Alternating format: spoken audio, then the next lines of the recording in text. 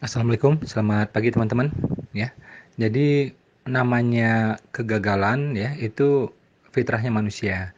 Jadi gagal itu wajar. Sukses juga sama, wajar gitu ya. Jadi tidak perlu kita lebih-lebihkan. Nah ini kadang pemula ya suka ngomong kegagalan kemana-mana gitu.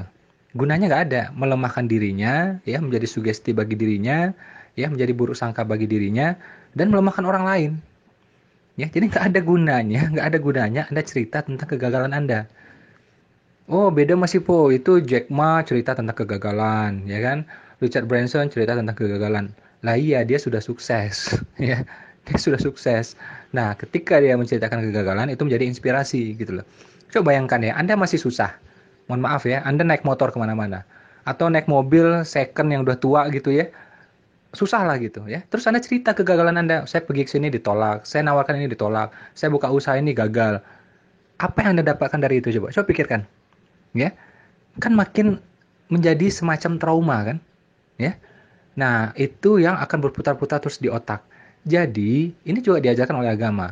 Jadi, kalau gagal, kalau rugi, diam, ya. Diam. Itu adalah salah satu pusaka kebaikan, ya. Jadi kalau ada masalah itu, ya baiknya diam, tidak perlu diumbar-umbar ke orang gitu loh. Oh, saya niatnya Pak pengen menginspirasi orang lain. Oh, inspirasi apa? Wong kita belum sukses, ya kan? Nah, ada waktunya kita menceritakan kegagalan kita. Kapan itu? Ketika kita sudah sukses. Minimal ya, dari segi finansial, income kita itu sudah 5 kali lipat gitu loh. Ya, nah kita menginspirasi ke bawah kita. Oh, kamu gagal, nggak apa-apa, itu wajar. Ini. Saya juga dulu gagal. Nah, baru cerita tuh, ya kan? Tapi kalau kita masih ngap-ngapan juga, buat apa cerita kegagalan itu pada orang lain? Jadi nggak ada gunanya. Melemahkan orang lain, melemahkan diri sendiri, menjadi sugesti, menjadi buruk sangka.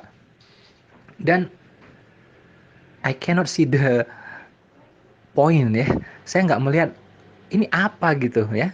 Nah, sebenarnya bahasa kasarnya dia mengeluh. Cuma dia bungkus dengan kalimat yang pura-pura bersyukur, pura-pura menginspirasi. Sebenarnya dia mengeluh.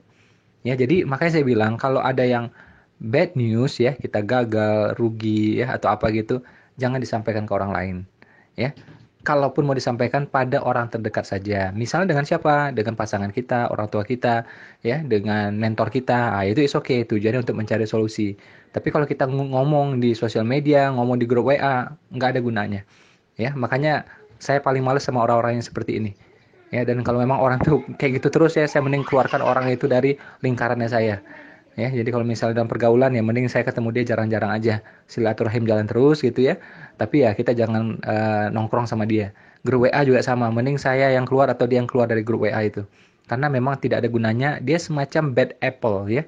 Bad apple dia akan menyebar pada yang lain. Ya, karena sesuatu yang buruk tuh nyebarnya lebih-lebih cepat gitu loh. Nah, makanya pastikan itu jangan ada pada diri kita. Kalau ada orang sekitar kita seperti itu, kita ingatkan ya, kita japri dia. Ya kan? Kalau nggak mempan juga, dia yang keluar atau kita yang keluar. Beres ya. Jadi tidak menimbulkan masalah yang lebih besar lagi, tidak menimbulkan buruk sangka yang lebih besar lagi. Ya, itu pesan saya buat semua. Assalamualaikum warahmatullahi wabarakatuh.